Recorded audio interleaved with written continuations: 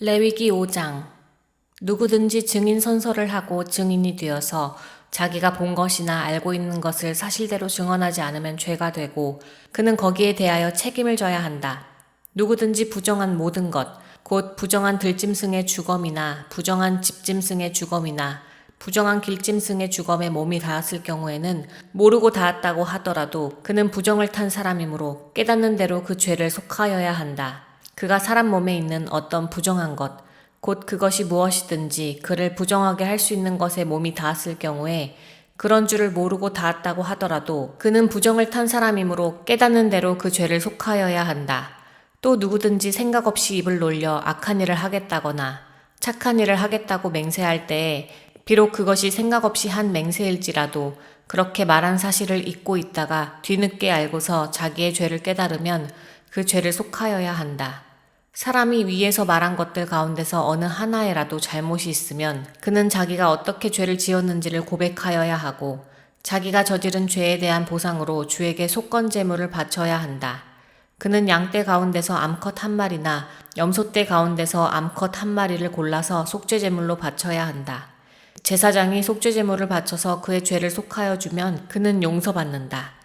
그러나 그가 양 한 마리도 바칠 형편이 못 될 때에는 자기가 저지른 죄에 대한 보상으로 산비둘기 2마리나 집비둘기 새끼 2마리를 나 주에게 바치는 제물로 가져다가 하나는 속죄 제물로 바치고 다른 하나는 번제물로 바쳐야 한다.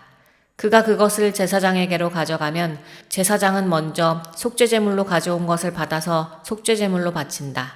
그때 제사장은 그 제물의 목을 비틀어야 하는데 목이 몸에서 떨어지지 않도록 하여야 한다. 제사장은 그 속죄 제물에서 나온 피를 받아다가 얼마는 제단 둘레에 뿌리고 나머지 피는 제단 밑바닥에 쏟는다. 이것이 속죄 제사이다. 번제물로 가져온 제물은 규례를 따라 제사장이 번제물로 바쳐야 한다. 이렇게 하여 제사장이 그의 죄를 속하여 주면 그는 용서받는다.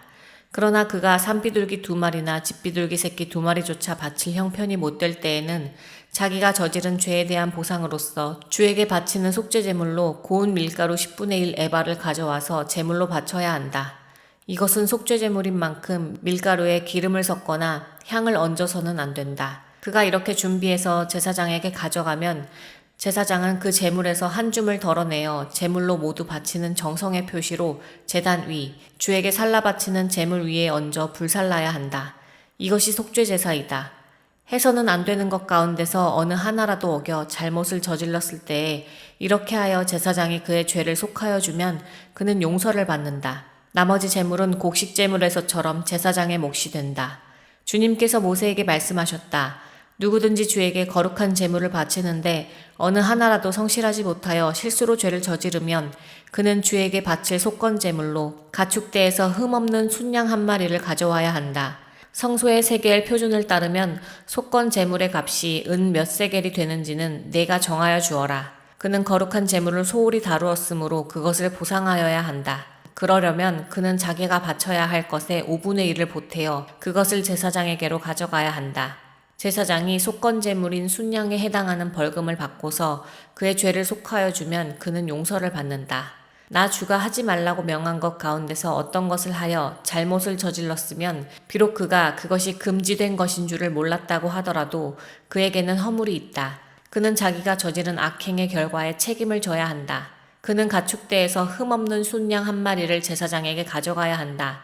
속건 제물로 바치는 값은 내가 정하여 주어라. 그리하여 그가 알지 못하고 실수로 저지른 잘못은 제사장이 그의 죄를 속하여 주면 그는 용서를 받는다. 이것이 속건 제사이다. 그는 주를 거역하였으니 이 일에 책임을 져야 한다.